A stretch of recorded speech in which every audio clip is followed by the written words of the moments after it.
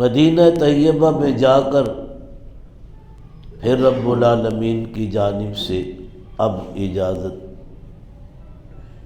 آسمان سے نازل کی گئی، اذن للذین یقاتلون بانہم ظلموا۔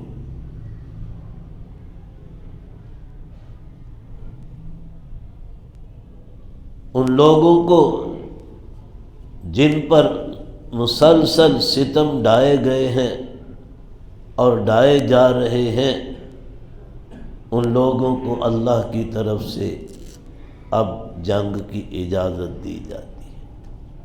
یہ جہاد کا پہلا حکم ہے، فرضیت جہاد کا۔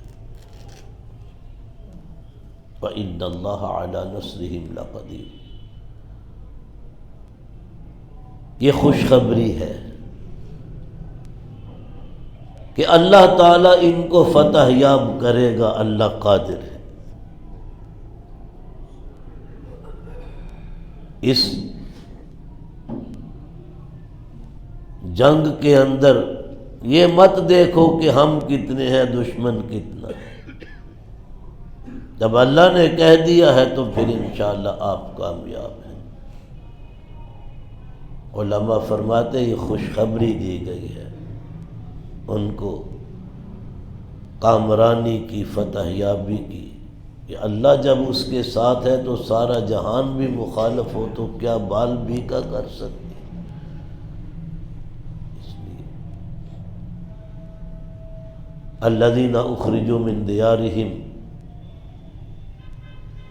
جن کو ان کے گھروں سے نکال باہر کیا گیا، کیسے؟ بغیر حق، ناحق، کوئی وجہ نہیں، الا ان یقولوا ربنا اللہ، صرف اتنا ہی قصور ہے ان کا، وہ کہتے ہیں ہمارا رب اللہ ہے۔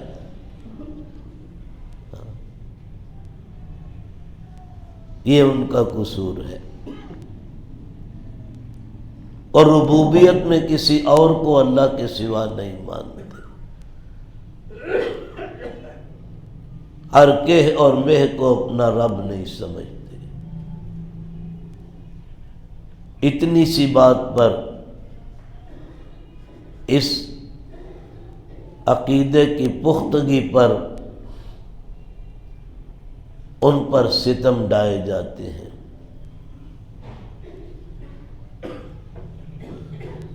لہذا آج ان کا رب ان کو اجازت دیتا ہے کہ اب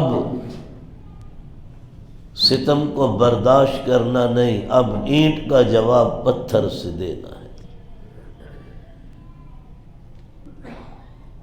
ابھی 1.5 برس گزرا ہے ہجرت کو، رب العالمین نے فرضیت کے احکام جاری فرما دیے، تو پہلا ہی معرکہ ہے، اس میں رب العالمین نے دشمن کے دانت کھٹے کیے، بڑے بڑے 70 صنادید بدر میں مارے گئے، اور بڑے بڑے ان کے صنادید 70 مسلمانوں کے ہاتھ لگے، قید کیے گئے۔ یہ حق سبحانہ و تعالیٰ کی غیبی تائید ہے کہ جن پر ستم کے پہاڑ توڑے گئے ہیں، آج ان کو اپنا بدلہ لینے کی اللہ اجازت دیتا ہے، اور اللہ ان سے کہتا ہے کہ میں تمہارے ساتھ ہوں، تم کامران ہوگے۔ الا ان حزب اللہ هم الغالبون، تو اللہ کا لشکر ہوتا ہے، وہی غالب رہتا ہے۔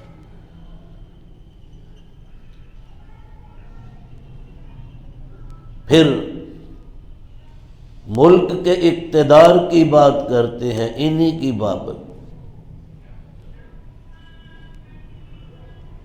کہ اگر اللہ تعالیٰ ان اپنے نیک بندوں کو زمین میں زمہ میں اقتدار سونپ دیں، کیا کریں گے؟ ان کی ذمہ داریاں کیا ہیں وہ بھی بتلائیں۔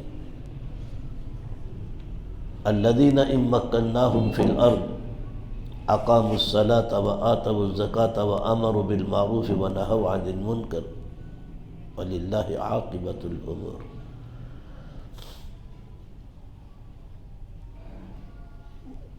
یہ ذمہ داریاں رب العالمین نے بتلائیں۔ الذین ان مکناہم فی الارض،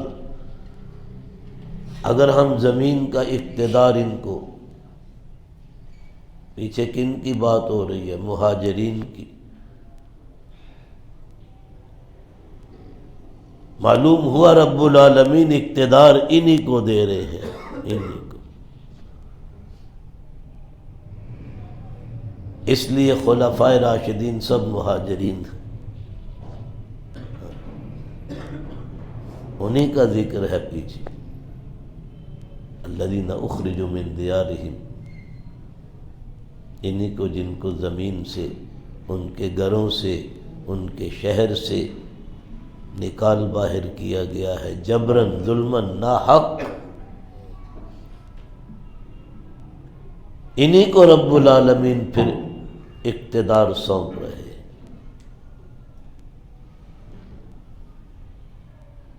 تو یہ کیا کریں گے؟ اقاموا الصلاۃ،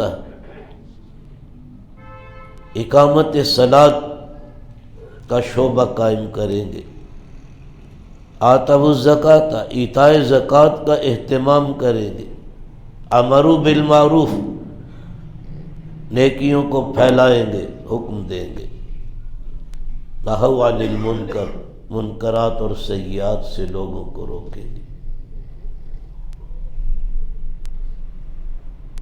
پیچھے پچھلی آیت میں اسی ضمن میں کہ اگر رب العالمین وقتاً فوقتاً اپنے مجاہدین بندوں کی برکت سے شریروں کے شر کو دفع نہ کرتا رہے تو سارا ملک کا نظام بگڑ جائے، 100 میں بھی مسمار کر دیے جائیں۔ سوما کیا ہے؟ لہدمت سوا میں جمع ہے سوما کی۔ سوما کہتے ہیں درویش کی کٹیا کو۔ تارک الدنیا جو راہب ہوتے تھے عیسائیوں کے، ان کی خانقاہوں کو کہتے ہیں سوما۔ بیعن، بیعتن کی جمع ہے، بیعن۔ وہ کیا ہے؟ چرچ، جسے ہم کہتے ہیں گرجا۔ صلواتن، سلوت کی جمع ہے، سلوت۔ یہودیوں کے معبد، عبادت خانے کو کہتے ہیں۔ مساجد، جمع مسجد کی، مسلمانوں کی مسجدیں۔ اللہ نے صرف ان عبادت گاہوں کا ذکر کیا جو آسمانی مذاہب تھے۔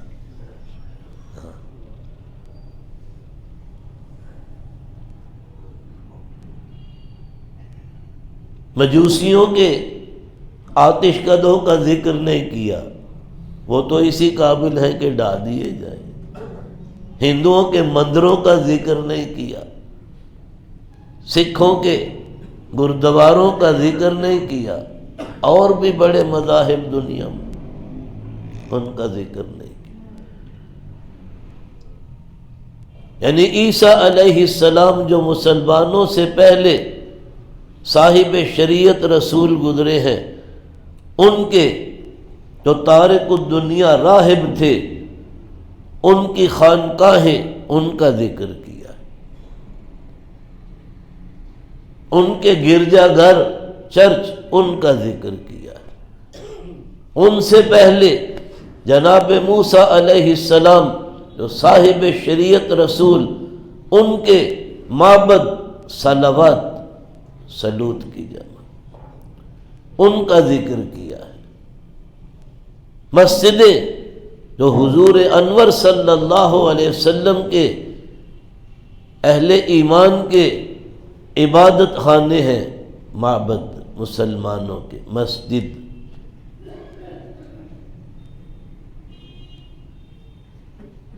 کہ اگر ان زمانوں میں پہلے انبیاء پر بھی جہاد فرض تھا، اس زمانے کے مجاہدین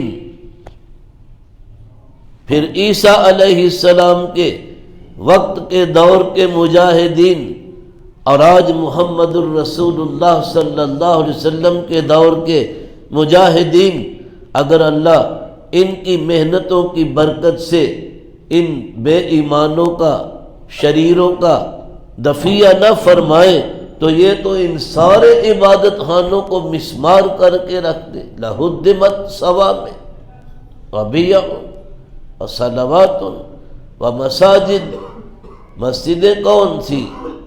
یذکر فیہا اسم اللہ کثیرا، مسجدوں کا خصوصی طور پہ ذکر فرمایا جن میں بکثرت اللہ کو یاد کیا جاتا ہے، بکثرت۔ کیونکہ پہلے دور کے لوگوں کا عبادت خانوں میں اتنا زیادہ آنا جانا نہیں تھا جتنا مسلمانوں کا ہے۔ اب تو 5 مرتبہ اذان دی جاتی ہے اور 5 مرتبہ مسجد میں بلایا جاتا ہے۔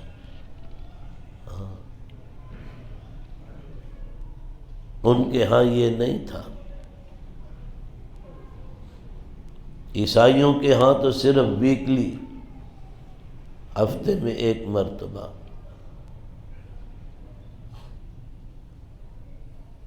اور آپ ہفتے میں 1 مرتبہ جمعہ اور روزانہ 5 مرتبہ کی نماز۔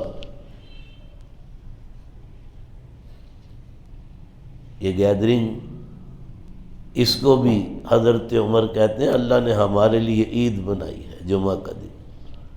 ہاں، عید کہتے ہیں جو بار بار لوٹ لوٹ کر آئے وہ عید ہے، عاد یعود کے معنی میں، کیونکہ بار بار پلٹ پلٹ کے یہ دن آتا ہے، اس لیے اس کو عید کہا۔ تو مسجدیں اور درویشوں کی کٹیا، خانقاہیں اور ان کے چرچ اور یہودیوں کے معبد، یہ سب مسمار کر دیے جاتے اگر اللہ جہاد کی برکت سے شریروں کے شر کو دفع نہ فرماتا، کچھ باقی نہ رہتا۔ معلوم ہوا عبادت خانوں کی حفاظت ناگزیر ہے۔ ہاں، اور اس کے لیے جہاد فرض ہے۔